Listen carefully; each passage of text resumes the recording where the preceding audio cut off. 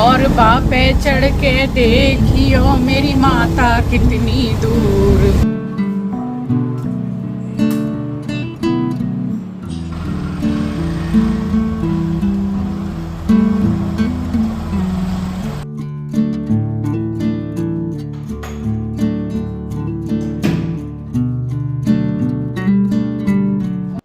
सो कल जहाँ मैंने व्लॉग को एंड किया था, बस बिल्कुल वहीं से मैंने इस व्लॉग को स्टार्ट भी किया है। तो व्लॉग काफ़ी लेंदी हो गया था, इसलिए 2 पार्ट में शेयर किया है मैंने।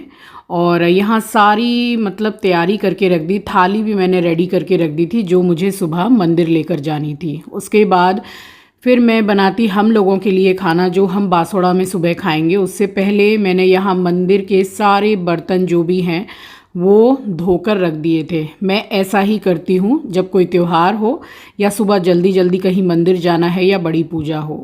बस मैंने मंदिर के बर्तन धो के और मंदिर का दरवाज़ा लगा दिया और उसके बाद लगी हूँ मैं किचन में। स्वागत करती हूँ आप सभी का आपके अपने चैनल द लाइफस्टाइल टेल्स में।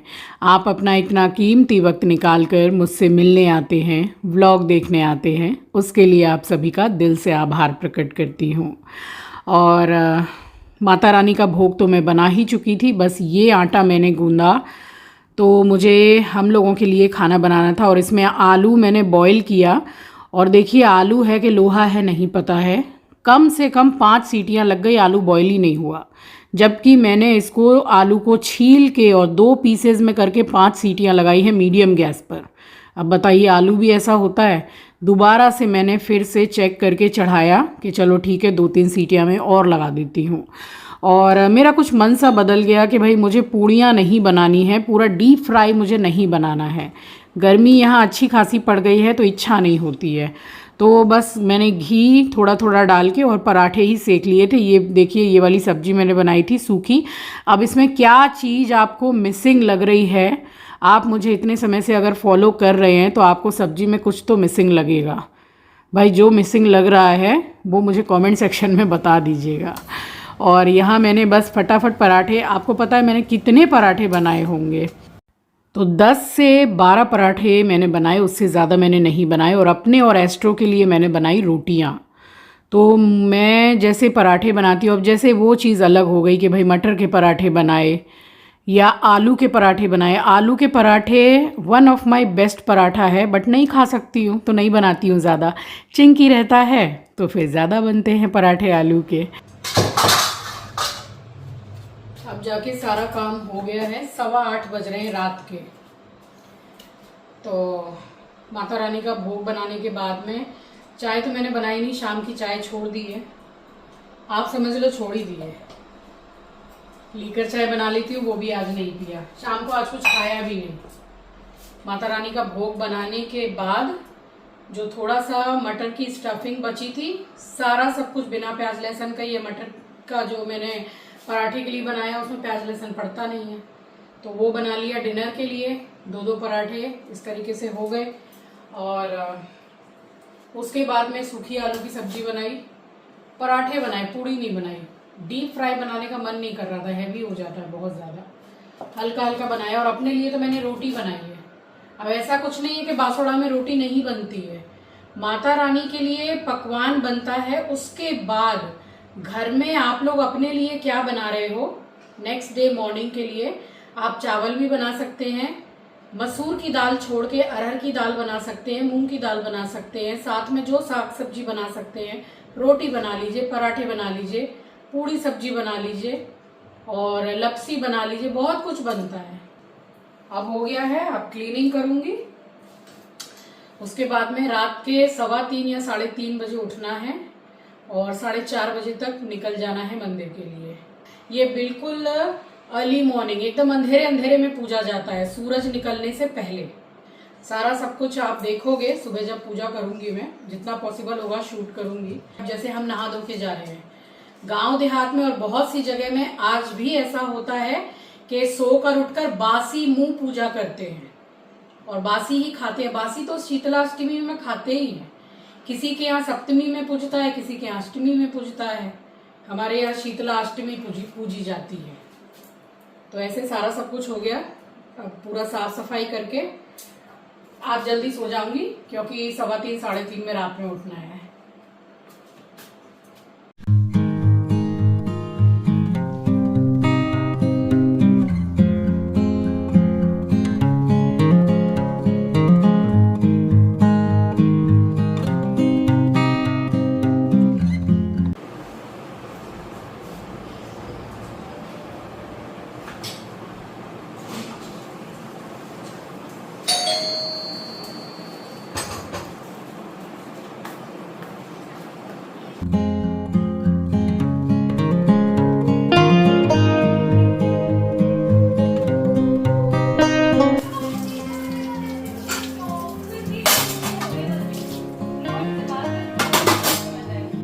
तो गैस चूल्हा किचन काउंटर सब कुछ मैंने साफ़ सफाई कर लिया था, सारे बर्तन भी धुल गए थे। और ये देखिए ये नई कढ़ाई मैंने निकाली थी, ये भगवान जी के लिए ही रखी हुई है मैंने। अब इसमें मैंने जैसे घी में पुए पूड़ी बनाई तो थोड़ी कढ़ैया जल जाती है, तो इतना घिसने का मतलब ताकत फिर किसके पास है। तो इसमें मैंने पानी थोड़ा ज़्यादा सा डाला है, विनेगर और 1 छोटा चम्मच बेकिंग सोडा और थोड़ा सा सर्फ, इसको डाल के मैंने 5-10 मिनट के लिए इसको बॉईल किया है अच्छे से। और फिर भी थोड़ी सी मेहनत तो लगती है, मगर पूरी अच्छे से साफ़ हो जाती है। कढ़ैया हो, कुकर हो, कोई भी बर्तन ऐसे जल जाता है वो इस तरीके से साफ़ बहुत अच्छा हो जाता है। तो बहुत ही मतलब 5-7 मिनट तक देर तक मैंने इसको घिसा है और कढ़ैया बिल्कुल एकदम साफ़ सुथरी चमक गई एकदम। तो ये भगवान जी का तो मैंने अलग से ही बर्तन निकाला था, उसी में सारा खाना मैंने बनाया था उनका।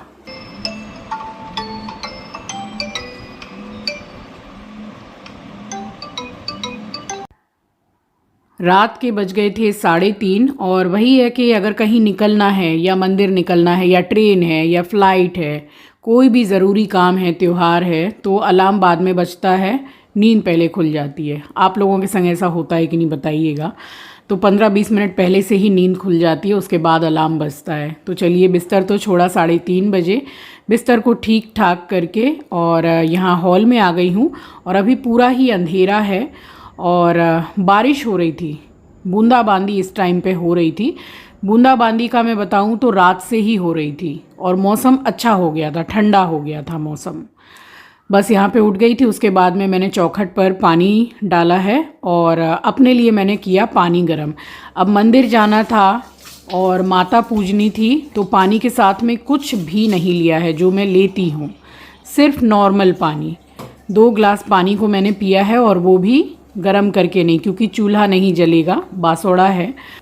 तो बस 2 गिलास मैंने नॉर्मल पानी ही पिया है। और यहाँ ग्लास को मैंने धो के रखा, उसके बाद में मैंने पोंछा लगाया है मंदिर से लेके पूरा दरवाजे तक।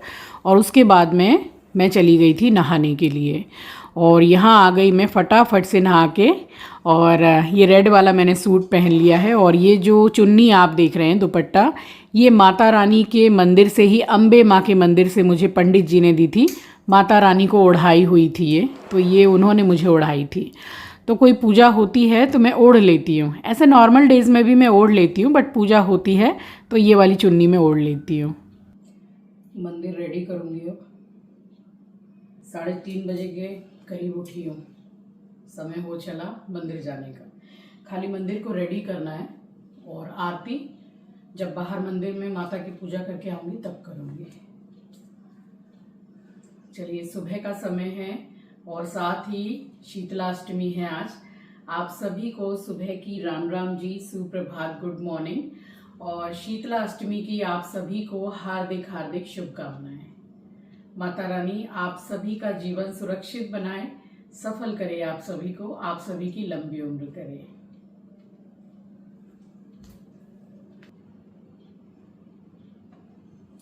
बारिश हो रही है।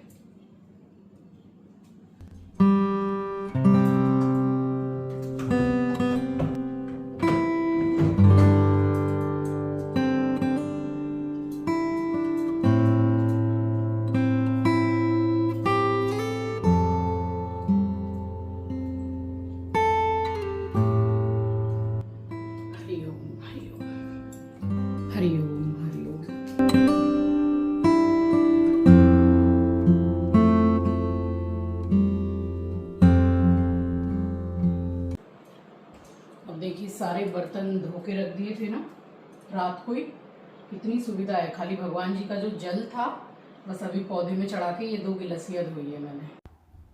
तो मंदिर के लिए हम लोगों को निकलना था 4:30 बजे, और बस मेरी यही कोशिश रहती है कि मंदिर निकलने से पहले पूरा मंदिर घर का मैं रेडी कर लूँ। बस मंदिर में पूजा करके आऊँ और घर पे आके मैं आरती करूँ।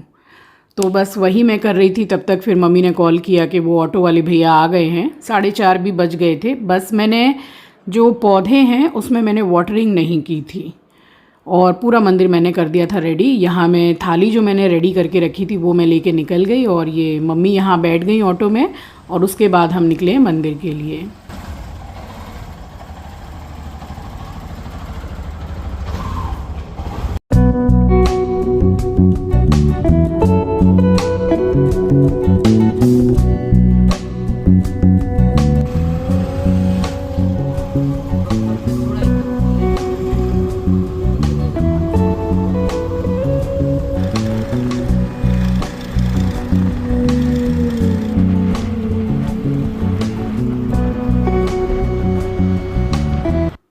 तो यहाँ हम पहुँच गए शीतला माता के मंदिर। अब इतने सालों में पहली बार ऐसा हुआ कि देखिए मंदिर में ताला लगा हुआ है।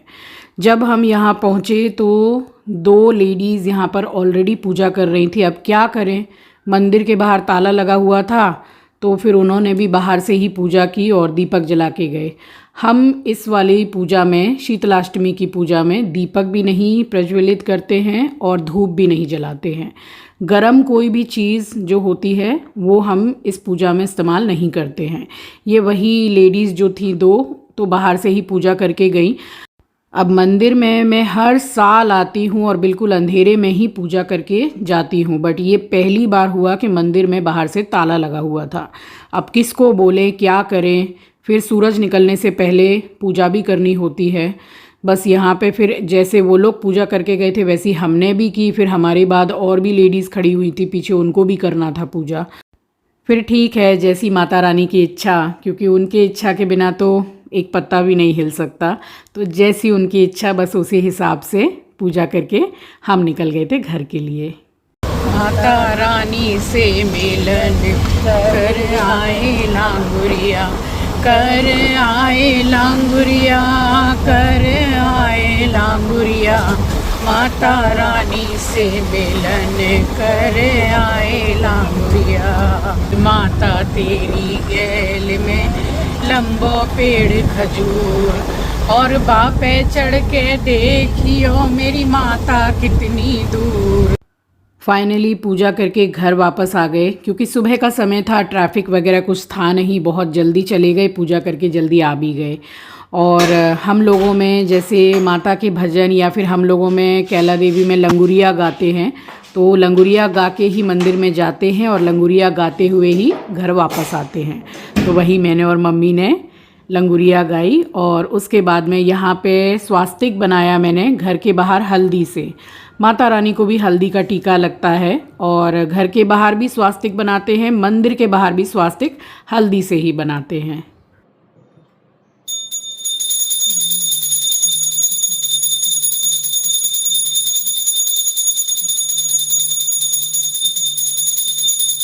सो बड़े ही सुख शांति से यहाँ शीतलाष्टमी की पूजा हो गई थी संपन्न। आप सब भी माता रानी की आरती ले लीजिए। और बस यहाँ पूजा करने के बाद में फिर जो थोड़ा सा प्रसाद हम मंदिर से जो माता रानी को चढ़ाते हैं वो ज़रा सा लेकर आते हैं, ज़रा सा टुकड़ा पूड़ी का और थोड़ा सा पुआ का, वो सारे मतलब परिवार में बांट दिया जाता है। तो ये था मेरा आज का ब्लॉग। आई होप कि आपको पसंद आया होगा। नए हैं तो सब्सक्राइब कर लीजिएगा, शेयर करना मत भूलिएगा।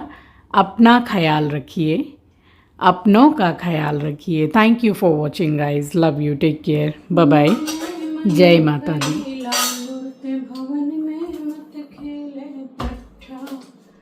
मैंने मन करी लांगुर से भवन में मत खेले पट्ठा, भवन में मत खेले पट्ठा, भवन में मत खेले पट्ठा।